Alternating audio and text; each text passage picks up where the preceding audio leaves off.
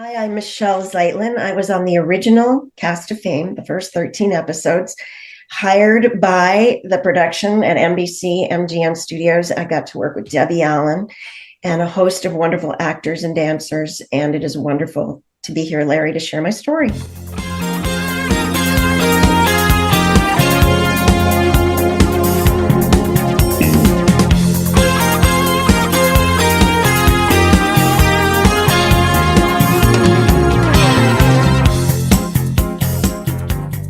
I'm ready to get started if you are. Yes. Hi, it's so good to meet you. And we both got our Fame shirts on. I brought in my Fame jacket, which, believe it or not, I can still fit in, which is very exciting. And they were embroidered with our names, and there it is. So my name on the show was supposed to be Michelle, and then Bronwyn Thomas ended up being Michelle later in the season, as I'm sure you saw. I can tell you my path. It might be different for the different dancers. So I initially actually auditioned when they were looking for a ballerina. From the movie, there was the role of the ballerina who has kind of a love interest with Jean Anthony Ray, right? With Leroy. And they were looking at maximizing that kind of character development for the pilot.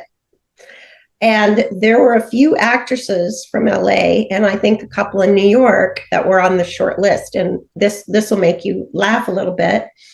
I was one of the shortlisters, and so was Meg Tilly. And her sister, Jennifer Tilly, has gone on to big success playing the sort of Daffy Duck character. She's like very silly. But Meg was more the serious one, and she was a very good dancer as well. Two of us had been submitted by our agents in the traditional way that you would audition for a role, like the other Fame principals. And then I don't know if they decided to eliminate the idea of doing a ballet role, or if somebody brought Laurie Singer to their attention. I don't know if it was simultaneous or one or the other, but then they brought in Laurie to basically play the fact that she could play an excellent cello, and she was a musician. Obviously, she was not a dancer, so they kind of worked that into the script as well, that she always felt kind of silly and a little bit klutzy in the classes with Debbie Allen's character, right? So Meg Tilly and I were very much in the running, and at that time, I was 17 years old. I was really a teenager, and then a long time passed. It felt like forever. And now I was 18. And my mother said, they're doing open call auditions for Fame for the dancers. And I'm like, I got so close, and I'd been acting and I'd had my SAG card since I was 14. So for me, there were two lanes. There was either I was going to go in the dancer lane and realize my potential and my dream of being a ballerina in New York, or I was going to do the triple threat thing, which means dance, sing, and act. And in that case, I really wanted to do more on camera acting because I had already been a working actress. And I thought, I'll just go. I'm in the greatest shape of my life preparing to go to the Joffrey School. I'd had an offer to come with a full scholarship. And I thought, I'll just go. And I just kept going and going, because what they did is they had this huge audition. I don't know how much you know about this, but we were at the Sony studios. And it was then Sony MGM Studios. And they would put us into big groups and then kept dividing us and say, you go to corner A, you go to corner B. Debbie wasn't there till later. They had some of the junior choreographers. And if you know Otis Salid, he's a brilliant director, choreographer in his own right. He was, one of Debbie's associates at the time and assistant choreographer. And he ran a lot of that early audition. And so I just kept getting to the right cut. And this went over a period of a couple days. And I think there was something like 2,500 dancers that were initially seen. And then there were 80 of us. And then Debbie had already sort of soft promised a handful of dancers that she was working with in New York on West Side Story. They were doing a Broadway production of it, I believe. And if it wasn't Broadway, it was the tour, but I'm pretty sure it was Broadway. And she had told Stephanie, and she had told Jasmine, and I think it was Eartha as well, come to LA and this could be a great gig for you. It's television money, blah, blah, blah. So I went to the audition and I did make it all the way through. And in fact, it was Debbie who picked me out in the final lineup. So I was in like optimum shape. I had like less than 8% body fat. It was something crazy. And so I went to the auditions with a lot of confidence. And the fact that I had ballet technique, but could also do jazz and contemporary, we didn't say contemporary so much back then, but a really lyrical jazz style. And I was very athletic, meant a lot to Debbie because that's how she's a firecracker. When she moves, it's about one leg. Her right leg was, I think, her VOP leg. Boom, boom. But it was about your performance more than how good you looked in class, right? So I was sort of balancing, do I go to New York or do I take this job? And in the meantime, I got to meet with Mel Swope and Bill Blinn, who were two of the executive producers. And this is what a lot of people don't know. They said to me, Michelle, we know that you had already gone through testing. We know that you're a terrific actress. This is a ballet lane, but we really want to develop the ensemble. We really want to make these characters come alive. And our hope is that throughout the series, we'll enrich the scripts to get to know the stories of each of these characters. So with that in mind, I accepted the job and I was really, really excited to think that they're going to make this little part for me. I knew I had to prove myself. I knew there were principles. And, in television, you always want to focus on the principles. In fact, one of your other mates, I think Mark Perkins, had made some comments in his fan site about how they don't really want to see the guest stars. They want to focus on the principals because you get to know the characters. So I get that in terms of being a producer, but as a performer, I kept waiting for my shot, right? I kept waiting and I kept waiting. And as the first season developed, I was in the 13 episodes of the first season. There was one episode that Debbie came and told me, the producers are looking at you to do this episode. The problem with it is I think you die in the storyline, so we would lose you. And I was like, I think I'm okay with that. I've had this incredible experience of dancing and, but honestly, when it comes down to it, we would work on 3 to 4 minute, highly choreographed precision routines. And then we would be the reverse shot. Like Debbie would have a line and we're killing ourselves and it'd be all Debbie in close up. And we're doing full out dancing that nobody's seeing. And then you'd see us pass. And then it'd be back to her going, go kids, be fierce, right? So it was so much work and so much prep. And I just felt like I never really got to show everything I could do. So when this opportunity came around, they said it's kind of a love interest. And the ironic, funny thing is, and I think Lee will share this too, we had kind of a little crush going on, me and Lee Carreri. And we had kind of like a very innocent crush on each other. And so there was this episode where it was like, he sort of gets a crush and I have to do this dance solo. And it ended up going to Connie Needham. And in fact, I think you included a teeny sliver of that where I'm backing her up. And I remember shooting that feeling like, oh, she did a great job, but I was like, that was my shot. Now, Connie Needham had been on a series with both producers called 8 is Enough. And, they knew her, they knew what she could do. They knew that she could come in and do a great guest star role and leave the show. And they didn't really want to shake up the ensemble. We were a kind of a tightly knit group at that point. And I guess they just, whether they thought she was better or better for the role, or they just didn't want to pull me out because I'd be gone and they'd have to rehire in the middle of a season. For all those reasons, I didn't get to do the part. And I remember feeling very, very disappointed. And by this time I'm 18 going towards 19. And I'm thinking to myself, like gymnastics, ballet is such a young career, right? And it's now or never. Go to New York, fulfill this dream, because if I wait and keep doing this, I could be maybe 21, 22, 23, 24. And in ballet, that can start to feel like you're older unless you're already moving into some solo roles. At least that's how it was when I was dancing. And so that's what I gave my notice. And I said, I'm leaving the show. And everyone was rather shocked, actually. Anyway, that's a very, very long answer to a short question, but I really wanted to share that because a lot of people don't know what really happened and why I left early. Yeah, thank you for sharing that. That was one of my biggest questions is why only the first season? I also noted when I checked IMDb, you started with episode 4. Is that if that's correct? I don't think so. No, Okay. I did all the episodes they shot in LA. And now Okay. there was, I think, a pilot, part of a Pilot, which was pilot that shot in might New have York. been shot with the original movie cast. And I don't think that ended up being aired, but parts of it were because I noticed in some of the dance numbers from the early footage, it's the original New York cast. There's even a dancer that I ended up working with on a movie later named Nina, who's actually dancing ballet in that, and she wasn't on set with us in LA. So there were a lot of changes in terms of dance casting, but the original locked in group, I mean, I know who was hired the day I was hired, and we became fast friends. And unfortunately, also we lost a lot of them due to the AIDS crisis. A good chunk of our dancers are no longer with us because of AIDS. Mm-hmm. That's sad. Yeah.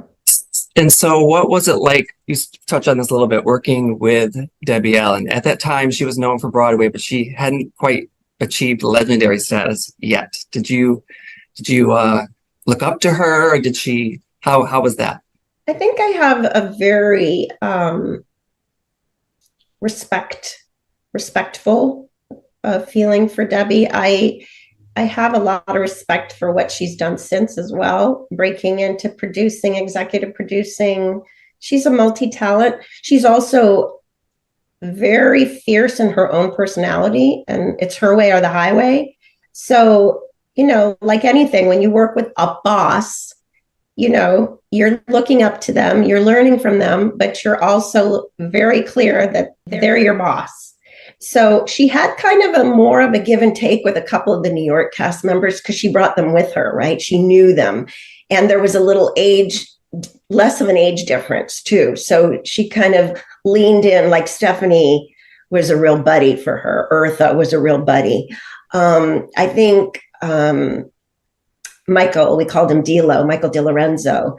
She had a real long-term relationship with him. And a few of us from LA, it just took us a little bit more to get her to feel like we were more than just employees and her dancers, her ensemble, but even offset, and she was busy. She was doing 2 big jobs. She was being an actress and she was being a choreographer. I really have a lot of respect for her. I wish I got to know her a little more as a girlfriend, like some of them did. And I think because we still, when we run into each other, there's nothing but a big hug and great mutual respect. But I just didn't have that kind of friendship with her like others did. Okay. And I have to ask you about Gene Anthony Ray. What was it like dancing with him? I love Gene. I actually have a couple photos I want to share with you. We were invited to do an NBC affiliate show from the cast of Fame. And that was one of the fun gigs that I got to do where we were off campus, so to speak, where we got to go somewhere else. And that's where I really got to get close with a few people. And Gene and I became instant buddies when we were working together. He loved my ballet technique because he was more of a street dancer, And then we did get to do a couple cool little dances together. It was me and Jasmine and him for a Spanish musical number. And I'll remember the song later because it's right on the tip of my tongue. But it was like me and Jasmine, Guy, and him were the featured 3 for that NBC affiliate show. So we got to spend a lot of time together. Oh, I wish that was on video somewhere. I'm sure it is in the vaults of NBC, It's interesting to me how you can get so much footage now on YouTube that for so long you couldn't get. And one other thing I wanted to discuss with you is, every time you see the footage of Fame, somewhere someone is getting paid in the principal cast, the composers, the people who wrote the material, the producers. But we did not make any royalties, residuals. We made nothing beyond the time we spent. Now, as a young dancer in the field, we got paid very well for our time. In fact, I think our daily rate wasn't that different than a principal's daily rate. And then there was overtime, golden time. So if we worked on the weekend, we made almost double time. So there were days we made $250. There were days we were making $3,500. So it's nothing to sneeze at, especially how many years ago that was, right? That was good money. But we were with the Screen Extras Guild at the time. Dancers were not covered under the Screen Actors Guild. And many of you know, we just ended a huge strike with SAG-AFTRA and got some wins. But when we reflect, it was really not fair that, you know, we as professional dancers working more, you know, hours and with more energy, and the challenge to the body, and also the up and down and cold and warm, you know, and it's not ideal. And then you're dancing on concrete floors, right? Full out, kicking and bopping, boom, shot out of cannon. And we didn't have what now we would call hazard pay. We didn't get residuals. This didn't go towards our pension and welfare. So we had no insurance through this, you know. So in retrospect, I really this is one of the main reasons I wanted to talk with you, Larry, is because people don't know that. And the fans certainly don't know that, right? They think we must all be making big bucks because we're TV stars. But that is not the case. Also, at the time, these were new up and coming performers, but still an agent had some leeway to negotiate for those principals. So some of them were making maybe scale plus 10. Others were making a great day rate, and, you know, and buying homes and starting to invest.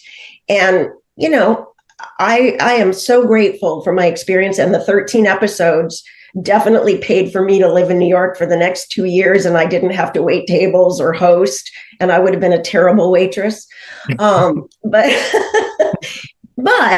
you know, I do think there's value in learning about these things, because people assume that dancers who are dancing on TV must be making a lot of money. We're doing a lot better now, but every contract is different. And you know, I think it's very important and a huge win that dancers are now recognized by the Screen Actors Guild and do get residuals. So, yes. Jasmine Guy once said about Fame, you were worked as leads but treated as extras. So I don't think it's well documented that she wasn't entirely happy. I loved dancing those movements. I mean, the early episodes where we were really turning and kicking and leaping, and, you know, Debbie put us to work, and it was technical, it was challenging, you know. And if you watch some of those early pieces, I think Erica's supposed to create a sonata with Lee, and then we all dance to this, you know, it's classical music. You probably know it better than I do. It's not a Mozart. I was going to say that number where you're all in red.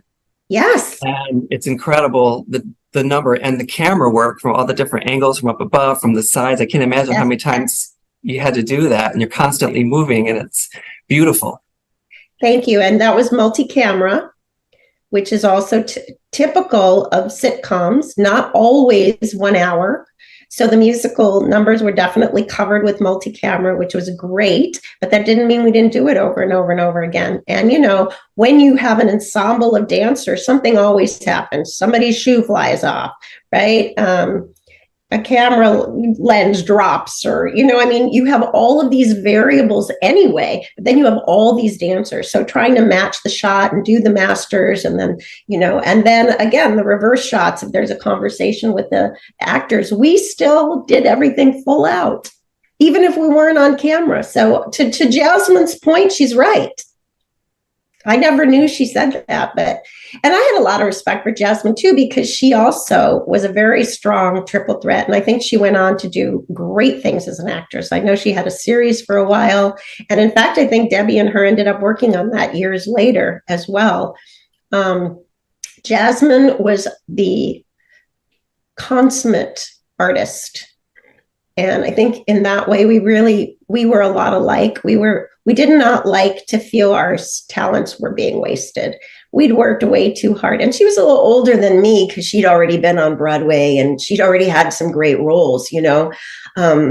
So I really respected her a lot. And I think she came to the show thinking as well that her character would be more defined and that we would end up doing more. And to that point, it's very funny that Bronwyn Thomas, who grew up in a ballet family, right? I think it was her brother that had a big studio in New York. She ended up taking my name, Michelle, on camera in later episodes. They referred to her as Michelle. Why they just didn't make it Bronwyn. So they started me as Michelle, and then I ended up not being on the show anymore. And I actually helped in referring my replacement as well. Kim Hurley, who her sister Melissa Hurley and I knew each other as dancers as well. And she's now Kim Maselli, and she has a big studio and very, very successful in building her business.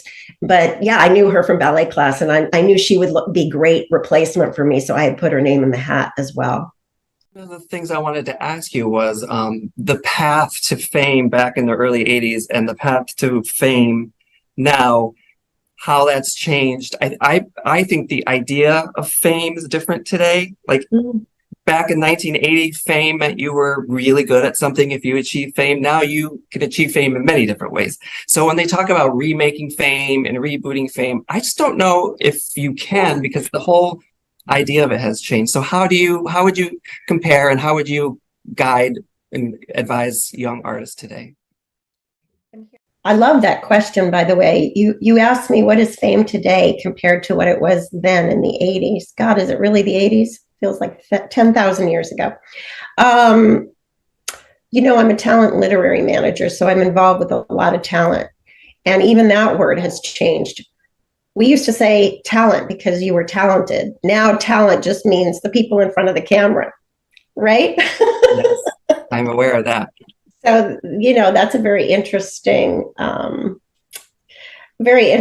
caveat. I agree with you. I think the whole social media thing, the explosion has good and bad to it. Yeah, you can become a social media influencer, and influence means you're famous, but it doesn't necessarily mean you're a trained anything. Desdemona. Do you have any memories of Desdemona? Yeah, I love that number. So I think Laurie Singer was Desdemona in the number. Her face showed, and then I was sort of like the dance version of her. And I had this face that looked like a skeleton. It was very scary. And then they made this big blonde wig, so I would look like Laurie, and I would do this big dance. And I remember also those were the days of these dance sandals that were kind of like they would wrap up around your leg. It looked like a Greek sandal. And it was this tiny little piece of leather, so you could really point your feet. Jaime Rogers, who ended up choreographing later seasons, used to work dancers in those shoes because you could really point. So it was so cool. Debbie put me in front, and I got to lift my leg up to my head and got to really spin. And also I remember very clearly, I think it was Stephanie and Jasmine were the prancing horses. It was really, I thought it was one of the more imaginative pieces because it really told a story. And also Carlo and I were very chummy. Carlo Imparato, who played Danny, and we were very, very close. So we got to interact, and Daryl and Derek, two of the dancers, you know, and there were a couple redhead guys too. Michael Rooney was one of them. I'm trying to remember one of the other gentlemen because he didn't last for very long. I think he left early, but he was a wonderful dancer. But we really got to tell a story. And so the camera, to your point, we got some close-ups, right? So we weren't just this pastiche, but they zoomed in on us to tell the story. And that was one of my favorite shoots. I love the episode. I love the number, and I have such good memories from shooting that. It really felt like telling a story. It's definitely a fan favorite, and I know exactly who you are. I never knew until today who was under that mask. You know, yeah, a lot of people don't know that's me. And it's funny, you know, I got to do one of my favorite numbers with a mask on, but I didn't care. I loved it. I thought it was it was like a step out, like when you're, in Man of La Mancha and you get to step out and be, the Arabian girl, or, if you're in a show where everybody has masks on, like there's a section in the Phantom of the Opera, but you have a step out, that was always a big thing for me as an artist, to be recognized for whatever I brought to the floor that was special. And I know Debbie loved my legs because had great extension. And I know she knew I was really expressive. And one thing I really liked about the early days of the series, Debbie was educating the team. She was educating the camera people. She was educating the producers about ways to tell story with movement. And, later on, I got to work with the person I think is the master of that on stage, Michael Bennett. I was one of the original ensemble members who ended also getting step outs for the Broadway show Scandal. And that cast was insane. And I can tell you some of the people. Jerry Mitchell, who's gone on to work to win multiple awards, was one of our also ensemble members. And ironically, one of the dancers who worked with me in Scandal later in New York came in and did, I think, a short-term principal role, Miss Heinsohn. Elise Heinsohn. Elisa Heinsohn, yes. And she and our careers were like this. I mean, look at us. We're so different, right? And but because we were dancer, singer, actors, we were up for Rags together when they were, because they were looking for a dancer, singer, actor role. Both of us ended up in Scandal, at Fame in different times, and we've kept in touch over these years. And I know that she's a wonderful mom, and we send each other messages about how proud we are of our kids. But that was another person like Kim Leighton Hurley. We kind of rotated around each other at different times in our lives. Working with Michael Bennett taught me how to tell story with movement. And he was the master of it. He was also the first person to get created by for a stage production. He worked on, he was the creator of original Chorus Line, Dreamgirls, and I was incredibly honored. And my audition experience for Scandal was very similar to Fame, only this time we really were triple threats. We had to act, sing, and dance, and we did everything every day for that show. And anything that we did became part of the product of the show, because we got $1 stapled to our contract. And that was the official workshop contract that said anything you contribute in the room becomes part of the script. So had that show gone on to open and be as big a hit as a Chorus Line, we would have owned a piece of the show like the original creators of a Chorus Line. And in retrospect, just for those people who might not know who Michael Bennett was, he did contract AIDS before they knew what AIDS was. It was called the gay cancer, what people were whispering. And a huge friggin' loss to our community. And there's a book now that talks about the creation of Scandal. And another funny story about that is Cameron English, who was another ensemble dancer on Fame. And we were hired to do 2 projects off the series, music videos, as partners. We were very good partners together. We were close friends and shared a lot of time off screen together. He went on to play Paul in the movie version of A Chorus Line and was shooting uptown. And I was working downtown with Michael Bennett on Scandal. And these projects were going on at the same time. And we would often talk and maybe run up downtown or uptown to meet one another during that time. Oh, wow. I didn't know any of that. That's cool. After you left Fame, did you then move to New York at that point? And that's where you went to the Joffrey Ballet School in Yes. Broadway. So you left LA, came to New York. Yes. So this is funny because I got my full scholarship to Joffrey, and these were merit scholarships. You had to go to New York and audition. This is before you could self-tape and send a video. And I got accepted at New York City Ballet School, which is called SAB, ABT School, American Ballet Theater, which now Misty Copeland danced for. So a lot of people that never knew about ballet know about ABT, and the Joffrey School. I was also accepted at the Harkness. The Harkness wasn't as hot back then.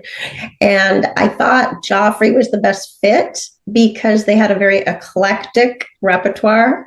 And being that I was a little curvier and a little more out of the box and a very energetic actor, dancer type, I thought that was the best match.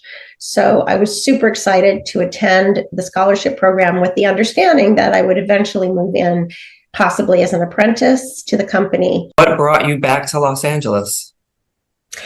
I think ironically, once I had gotten a taste of being on Broadway and working in that milieu, I just thought, if I'm going to use all these talents I have as an actress, I might as well go do film and television in LA. I had started that way, got my SAG card at 14. I had an agent that was both LA, New York, and they kept saying, Michelle, come to LA. You'd be perfect for series television. Everyone's interested in who you are. You have this musical theater background. You have this fame background. We'll get you in the door. And so I ended up being up for some really big parts, including Flashdance, by the way. And were you in Showgirls? I was, yes. Oh my God, talk about UK mania. I have more people that are a fan of mine for doing Showgirls than anything else. Because Showgirls was a huge hit in the UK as well. And when I went to teach in the United Kingdom in 2019 at Move It, which is one of the biggest dance conventions in the world, everybody was like, oh my God, do you still remember the choreography? And they could do it.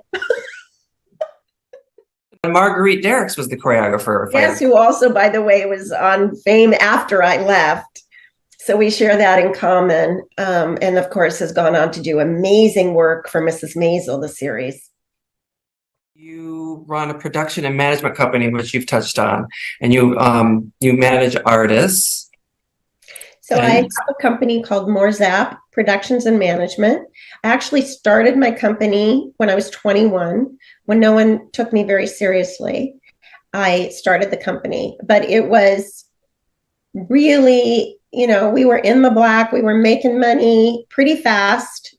By the time I was in my late 20s, I stopped going back and forth to New York and LA, which I had done for a while, and stayed in LA and started to get some really big productions as a director, choreographer, producer for what now people call experiential events. We used to call them industrials or corporate events.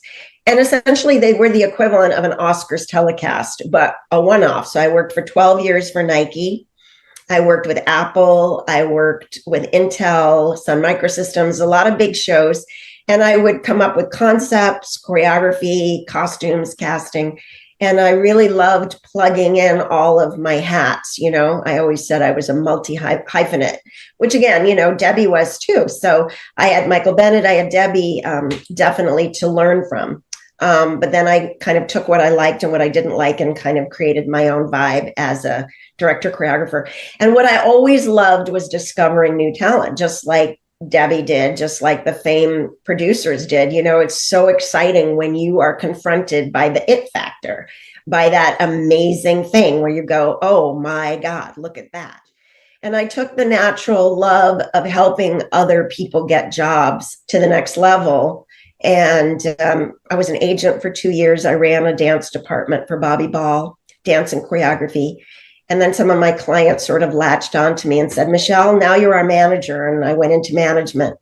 And so, yeah, I've been doing this now for, I guess it's like 22 years. Honey Revenge. And their song Airhead is incredible. I've been listening to it on Pandora. So you want to put in a plug, or is there anything you want to say about? No, Honey Revenge doesn't need my plug, but I'm going to plug her anyway. Because I gave birth to her. So the star of Honey Revenge is singer, songwriter, and she wouldn't even like me saying the star because she feels like everybody is a star in the band. But Devin Papadal, my son Alec Papadal is at UCLA. I have two amazing kids. He's using his talents to now experience living on college campus after 2 years of junior college during a pandemic. So that's really exciting. And both of them had a knack for performance. My son and daughter were both in choir in high school.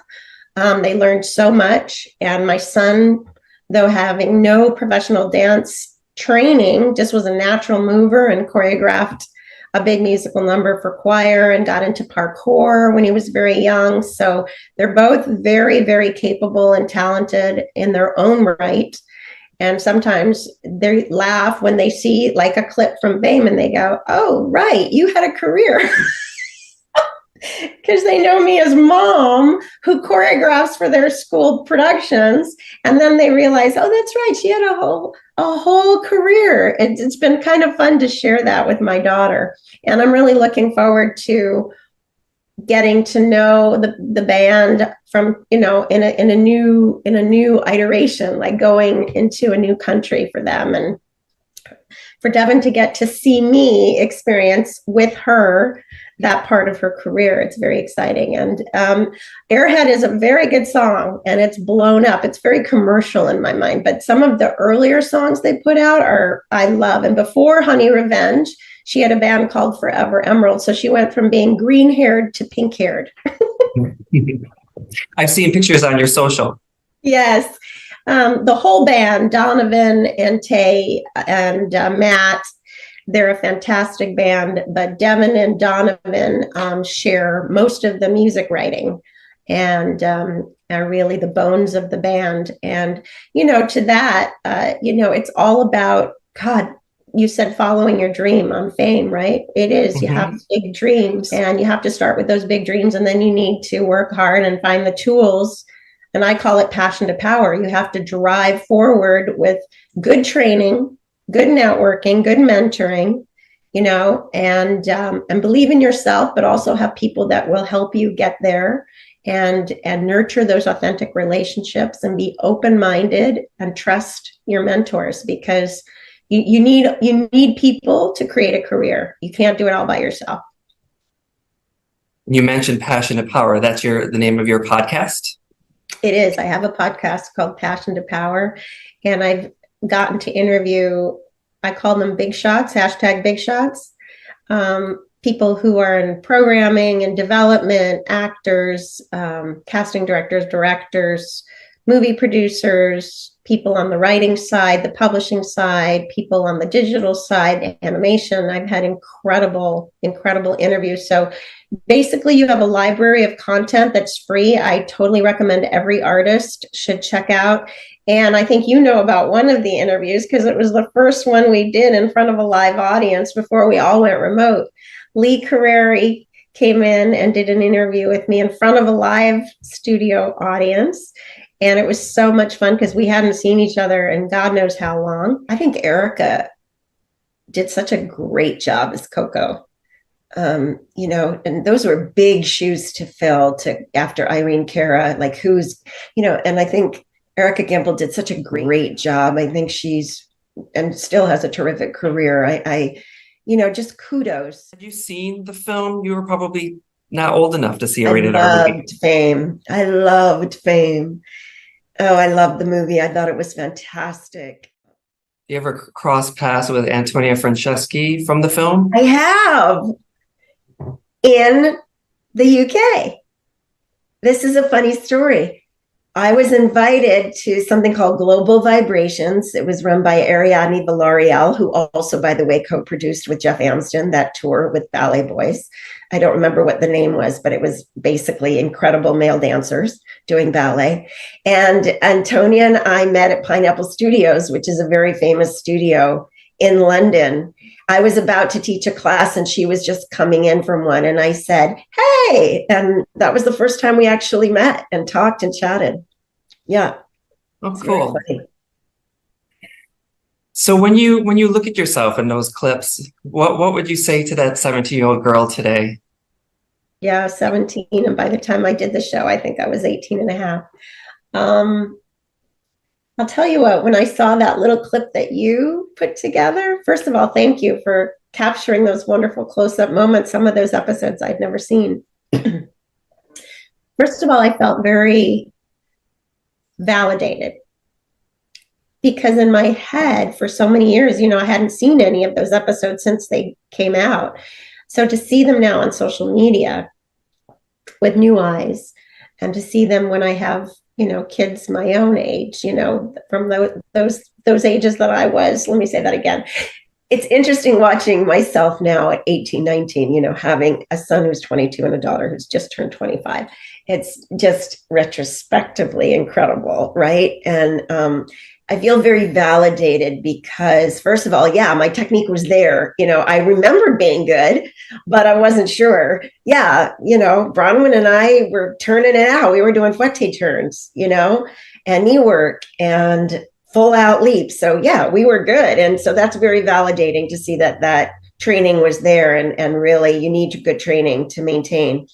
It also makes me a little sad, a little melancholy, because I really would have liked to have had my chance to perform as an actress on the show and to be developed as an actress, which is what I was sort of promised to do.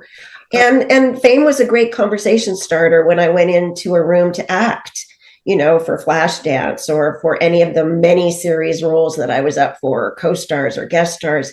People were really curious about fame. And then it happened with Showgirls, even though the part I was initially going to do, I didn't end up doing. That's become a huge conversation point because it's kind of a culty favorite, that show, Showgirls. Oh, yes. It's very popular in the gay community. Very popular in the gay community. And I think all my gay friends know the choreography better than I do. Yeah. Shout out to Joe Miller. You know who you are. By the way, that's good that you brought up the gay community, because I think also fame came out at a time where people were still careful about when they came out of the closet, and I think that for a lot of aspiring artists who were, now they would say I'm queer, and we've kind of taken back that word, might have felt invisible. And that show gave you permission to be seen a lot of times if you were LGBTQ. And, growing up a dancer, it was very natural for me to be around gay men, especially a lot, because there were a lot of gay men in the dance world. It was much later that I started to get to know more gay women, women that identified as lesbian and queer. But, I was always very comfortable. But I know, having lived in Madison, Wisconsin, having worked in a lot of areas of the world that still are very judgmental of gay people and gay rights, they look at it, everything sort of slanted, that I think that fame also, without saying it, sort of let you know you were included. In the film, Montgomery is gay, but then when Montgomery in the TV series is not. And there's been a lot of discussion that they didn't think America was ready. And also Gene Anthony Ray's character, Leroy, is not gay. And he actually didn't come out of the closet until after the series ended later on. So yes, the early 80s, it must have been very tough if you're on a mainstream television. Gene was very comfortable in his own skin and definitely knew he was gay. And there was no question about it on set. We all knew he was gay, but it just wasn't a story point, And I don't think it needed to be, but I think that he resonated with many gay viewers because he was big and loud and in his own way proud, even though also that's sort of been coined. But there were several gay guys on the show, whether they were out publicly or not, I don't know. But, for me, it was just very common to be working with a lot of gay men. And it was also incredibly sad to lose my friends when AIDS happened. And unfortunately, a lot of homosexual men died.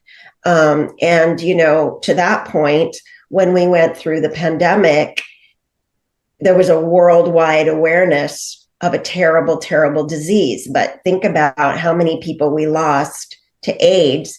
And we were not in the same kind of world awareness crisis mode. It took a really long time for people to talk about AIDS, to acknowledge that it was a horrible thing. Why weren't we helping people, gay, straight, for that matter, depending on how people got sick, But, it was very shaping for me.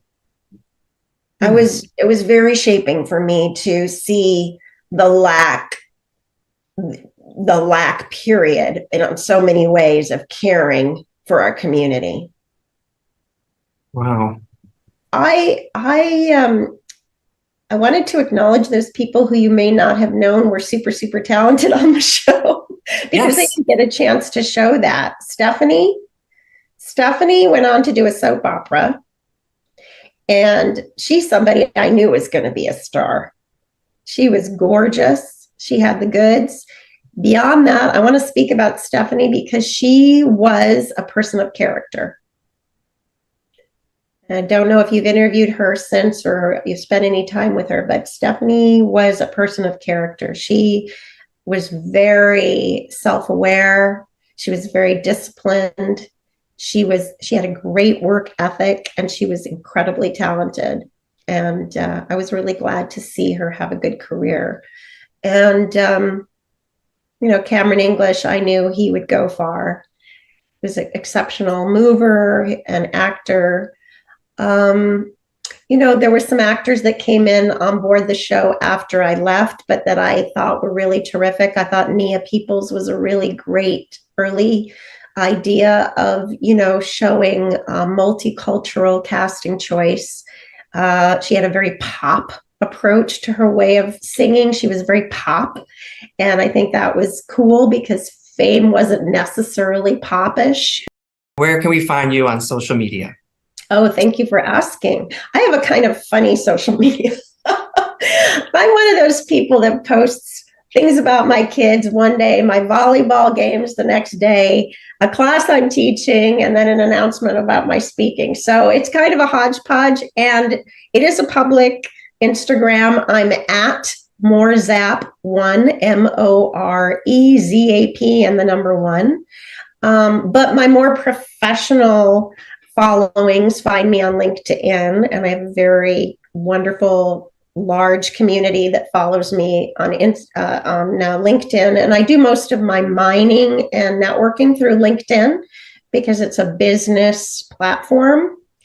And then I do love my friends on Facebook, and I know that the new generation kind of poo-poos at Facebook, but for me, it's so much fun to connect, like with the Cameron English recently about a poster, Jeff Amsden and keeping in touch, or Michael Higgins, who also danced on Fame, who's become a major photographer, and reconnecting with people.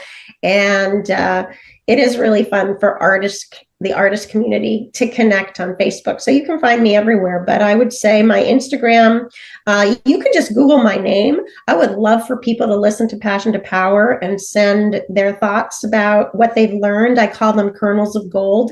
It's free. It's incredible content. Really, it is. You're going to get advice. If you're an aspiring artist, you're going to get tremendous advice and ideas. And maybe it'll open a door for you into your own fame.